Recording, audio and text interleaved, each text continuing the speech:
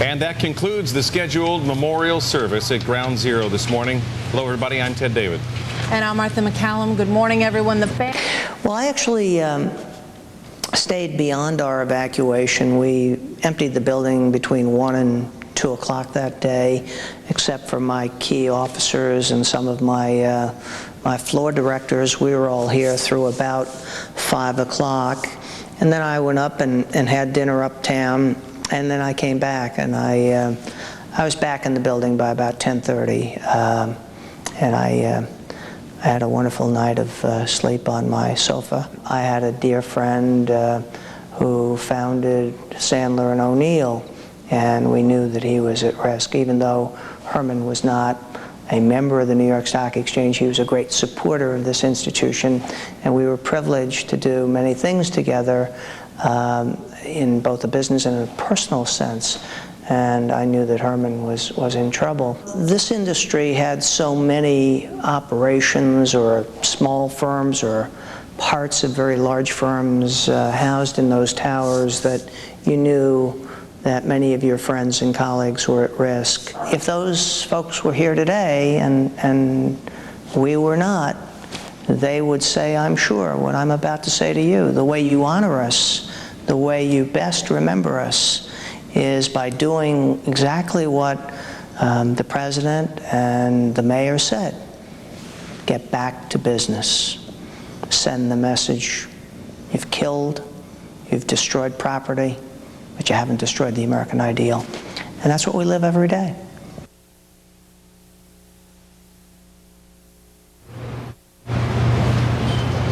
Comments from Richard Grasso, chairman of the New York Stock Exchange, which will open at noon today Eastern Time. It is about 11:35 right now, so the market will open about 25 minutes from right now.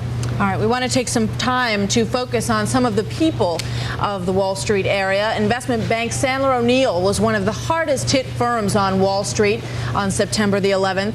66 of their 171 employees died in the World Trade Center offices that they inhabited on the 104th floor. When it looked like they could not go on, they did. Here's the amazing story of the people and the spirit of Sandler O'Neill. I haven't hit three like that since September 10th. Although it is still his passion, the game of golf for Sandler O'Neill CEO Jimmy Dunn will never be the same. On September 11th of last year, Dunn was on a golf course, hoping to qualify for the U.S. Mid-Amateur Championship. The night before, his business partners, Chris Quackenbush and Herman Sandler, urged him to go. Herman grabbed my arm and said, do me a favor. And I said, what? He said, don't call the office tomorrow morning. Whatever you do, don't worry about it. We're both going to be here. Nothing is going to happen. Sandler O'Neill was located on the 104th floor of Tower 1 at the World Trade Center. When the building crumbled, 66 of its 171 employees were gone, including Dunn's mentor, Herman Sandler, and Chris Quackenbush, his closest friend. There's no replacing Chris Quackenbush. When we grew up together, we were in tuition-paying painters, was our first business together. When we were in college, all major decisions that I ever made in my life, you know, Chris and I talked about. Herman Sandler worked at L.F. Rothschild. I started at L.F. Rothschild getting coffee for people in 1978. Super intellect, no ego. What a combination. I'm getting on this guy, and I'm not letting him go. One of the great things about Herman Sandler was he was completely unpetty.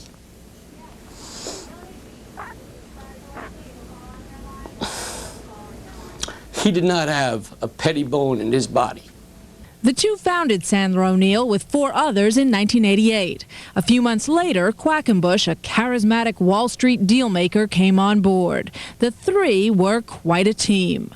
I was always sort of the hard guy, the Dr. No type, and I could really, you know, and it's also in my nature still, you know, that if something goes wrong, I am going to be very much in your face, and then they could soften that up a lot, both Herman and Chris. But today it is Jimmy Dunn who has to work the room.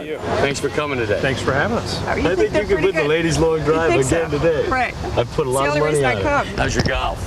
The golf game has not been I've been working too hard. I know that feeling. Dunn is driven like never before to make Sandler a success. The firm, which specializes in M&A and corporate finance for small and mid-sized banks, has completed 59 deals so far this year, including 8 mergers. Dunn says it's good to be back in the game.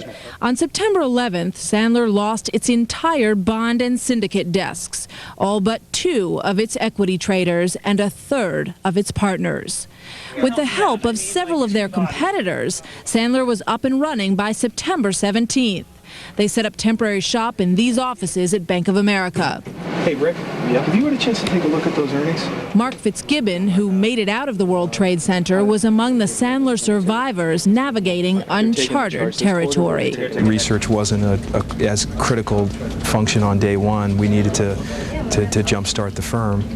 So we dispersed the research analysts into different areas, and myself and a couple of the analysts went to the syndicate area, and we became the syndicate department on day 2. CFO May Della Pietro was at a doctor's appointment on the morning of the 11th. With every computer and scrap of paper gone, she set about rebuilding a financial history. The first 6 to 8 weeks were spent, there was 5 of us that sat in one office, and we had 4 chairs. We just pretty much sat in that room from about 7:30 in the morning till midnight or later for weeks on end. As Sandler O'Neill got back on its feet, it became clear that it needed a new home of its own. So Dunn took on another of his mentor's tasks, real estate. I never looked at that before. That was all Herman Sandler, and he would basically insist that I go see it.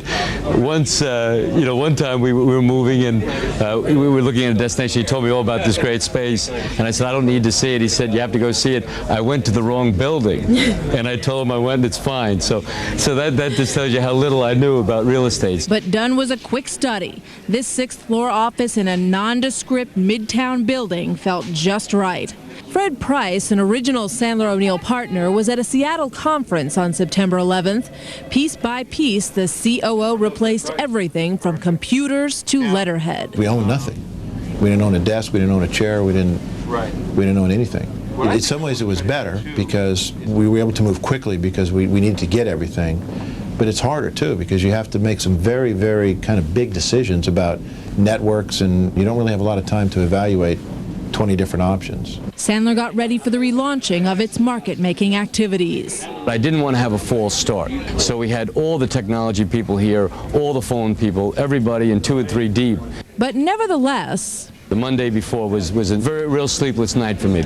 on January 22nd, Sandler O'Neill traded 150 stocks on its first day in the new office. With only these 2 employees from the pre-9/11 days working on the equity desk, 18 new hires brought a renewed vitality. Bob Kleinert spent 19 years at Solomon before leaving the rat race to manage money, but something drew him here after that terrible day. He came as a volunteer and stayed. If you look at the people who are here today, it's a completely new firm, really, almost. I mean, it's 65 new people since, roughly November 1st when I've been here. It's very hard to tell the difference between the old people and the new people.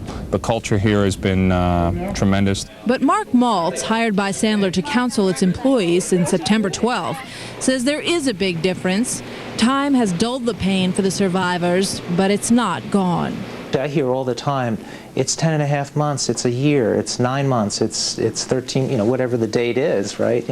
How come this hasn't stopped? How come I'm still having nightmares? Why is this? And we know in the human condition that this is going to go on for a while. This is a normal psychological process that this could continue for 18 months, even longer. While there are reminders throughout the new Sandler of the tragedy, there are also signs that the future is bright. The partners meet to discuss progress and the latest additions to the growing Sandler family. Sometime between now and the end of the year, every one of us as partners needs to make sure we reach out and touch these people in one way. Introduce yourself. The space, Dunn once called cavernous, is now full. Now they're starting construction to take over more of the floor, with Sandler now at 169 employees and plans to hire more. The temporary wall will actually be put up on the current trading floor, We're going to have it soundproofed, but obviously no matter what we do, there's going to be a certain amount of dust and a certain amount of noise. But that's all right with Jimmy Dunn, who says there's no uglier sound than a quiet trading floor. I think more in terms of 10 years from now, and I think it would be really incredible that if born from that day, if you could have a real powerful firm and say, to think back on the 11th and to see that where that would come from, that'll be a big part of what we're trying to achieve here.